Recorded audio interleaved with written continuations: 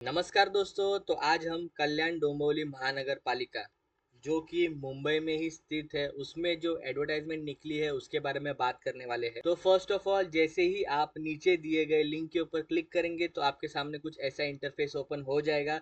जब आप उसमें रेफर एडवर्टाइजमेंट के ऊपर क्लिक करेंगे तो ये एडवर्टाइजमेंट जो है ये मराठी में होने वाला है, इस चीज़ का आपको ध्यान देना है। और जो भी स्टूडेंट जिनके पास महाराष्ट्र का डोमिसाइल है वो ही स्टूडेंट इसके लिए अप्लाई कर सकते हैं। आपको इस चीज़ का भी ध्यान देना है, ये मैं स्टार्टिंग में ही आपको बता दे रहा हूँ। अगर आपके पास महाराष्ट्र का डोमिसाइल नहीं है तो आप इस वीडियो को यहीं पे छोड़ सकते हो। ये जो फॉर्म है दोस्तों ये 10 जून 2025 से खुल चुका है और ये फॉर्म फिल करने का लास्ट डेट जो है वो 3 जुलाई 2025 रहने वाला है। यानी कि ये फॉर्म जो है ऑलमोस्ट एक महीने के लिए ओपन है, ऐसा हम कह सकते हैं। 10 जून से लेके 3 जुलाई तक ये फॉर्म ओपन रहेगा। अभी सबसे पहले यहाँ पे किस पोजीशन के लिए कितना वैकेंसीज निकाला गया है, उसका पेमेंट स्केल क्या है, इसकी सारी डिटेल आपको पेज नंबर 2 पे देखने को मिल जाएगा। जैसे कि यहाँ पे फिजियोथेरेपिस्ट, औषध निर्माता, कुष्ठ रोग तंत्रज्ञ, स्टाफ नर्स। उसके बाद अगर टेक्निकल पोजीशन की बात की जाए तो कनिष्ठ अभियंता स्थापत्य यानी कि सिविल, कनिष्ठ अभियंता विद्युत यानी कि इलेक्ट्रिकल, कनिष्ठ अभियंता यांत्रिकी यानी कि मैकेनिकल। इन तीनों में भी पोजीशन निकाली गई है। सबका जो बेसिक पे है वो 38,600 होने वाला है। और स्थापत्य के लिए बहुत ही ज़्यादा वैकेंसी यहाँ पे निकाली गई है, वो है 58, विद्युत में 12 और यांत्रिकी में 8। यहाँ पे अग्निशमन यानी कि फायरमैन के लिए भी भर्ती है, उद्यान अधीक्षक, उद्यान निरीक्षक यानी कि जो नॉन टेक्निकल पोजीशन है ग्रुप सी ग्रुप डी उसके लिए भी यहाँ पे पोजीशन निकाली गई है। और मेडिकल स्टाफ है उनके लिए भी पोजीशन निकाली गई है। उसके बाद दोस्तों आपको जो है एडवर्टाइजमेंट में हॉरिजॉन्टल और वर्टिकल रिजर्वेशन दोनों ही देखने को मिल जाएगा। फिर आप जिस भी पोजीशन के लिए अप्लाई करने वाले हैं उसके लिए आप यहाँ पे चेक कर लेना कि कितना वैकेंसीज आपके लिए है। मैं एग्जांपल के लिए आपको कैसे चेक करते हैं वो यहाँ पे बताने वाला हूँ। अभी अभी हम लोग कनिष्ठ अभियंता स्थापत्य यानी कि जूनियर इंजीनियर सिविल में बात करें, टोटल 58 वैकेंसीज आपको देखने को मिल जाएगा, जिसमें कि ओपन के लिए टोटल 14 है। और आप यहाँ पे अगर नीचे देखोगे तो सिर्फ जनरल मेल स्टूडेंट के लिए 5 है, फीमेल के लिए 4, माजी सैनिक के लिए 2, प्रकल्पग्रस्त के लिए 1, खेलाड़ू के लिए 1 और पदवीधर अशंकलिन उनके लिए भी 1 यहाँ पे रिजर्व है। आपको सारा ही डिस्ट्रीब्यूशन यहाँ पे देखने को मिल जाएगा। वैसे ही आप अजा का भी देख सकते हैं, अज का भी देख सकते हैं। अजा यानी कि एससी अनुसूचित जाति और अज यानी कि एसटी अनुसूचित जमाती। और ये वीजा भज ये आप आपके सर्टिफिकेट में देख लेना। महाराष्ट्र स्टेट गवर्नमेंट के लिए अलग से रिजर्वेशन होता है, वो रिजर्वेशन आपको आपके सर्टिफिकेट में देखने को मिल जाएगा कि आप किस कैटेगरी में आते हो। और ये ई मा व यानी कि इतर मागासवर्गीय वर्ग यानी कि ओबीसी, यहाँ पे आप पढ़ सकते हो। आपको जो है वेतन श्रेणी की यानी कि बेसिक पे जो है वो 38,600 रहेगा। और अहर्ता यानी कि जो टर्म्स एंड कंडीशन आप कह सकते हैं वो है आपके पास बी सिविल में होना कंपलसरी है। ऐसे ही आप जिस भी पोजीशन के लिए अप्लाई करने वाले हैं दोस्तों उस चीज़ के लिए आप रिजर्वेशन क्राइटेरिया क्या है वो पहले ही चेक कर लेना।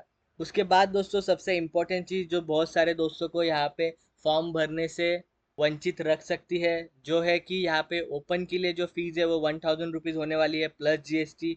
और जो भी रिजर्व कैटेगरी स्टूडेंट्स है उनके लिए 900 रुपीज़ फीस होने वाली है प्लस जीएसटी। यहाँ पे जो एज क्राइटेरिया है वो आप यहाँ पे देख सकते हो। यहाँ पे आपका मिनिमम एज जो है वो 18 होना चाहिए। और अगर आप ओपन कैटेगरी से आते हो तो आपका मैक्सिमम एज 38 अलाउड है। और आप कैटेगरी वाइज डिस्ट्रीब्यूशन यहाँ आगे यहाँ पे पढ़ सकते हो। यहाँ पे दोस्तों सिंपल जो है सिलेक्शन क्राइटेरिया होता है, जिसमें कि आपसे जो है आपका एग्जाम स्कोर देखा जाएगा। उसके बाद जो है अगर आप मेरिट में आ जाते हो तो आपसे जो है सिर्फ आपका डॉक्यूमेंट वेरिफिकेशन हो जाएगा। उसके बाद आपका सिलेक्शन यहाँ पे हो जाता है। कौन सी भी म्यूनसिपाल्टी में जो है इंटरव्यू या फिर ऐसा कुछ नहीं होता है। जैसे ही आपका रिटर्न टेस्ट हो जाता है उसके बाद एक लिस्ट आती है, लिस्ट के हिसाब से आपको डॉक्यूमेंट वेरिफिकेशन के लिए बुलाया जाता है। और उसके बाद जो है आपको सिलेक्शन का मेल आ जाता है अगर आप मेरिट लिस्ट में रहोगे तो। ये कुछ इंपॉर्टेंट चीज़ें थी दोस्तों। अभी हम देखेंगे कि इस पोजीशन के लिए कैसे अप्लाई करते हैं। और आपको अगर आप फायरमैन या फिर कौन से अलग पोजीशन के लिए अप्लाई करने वाले हैं तो आपको उनके लिए जो भी डिटेल है, जैसे कि लाम उड़ी, गोला फेंक और जो भी डिटेल आपको चाहिए वो सारी आपको ऐड में देखने को मिल जाएगी।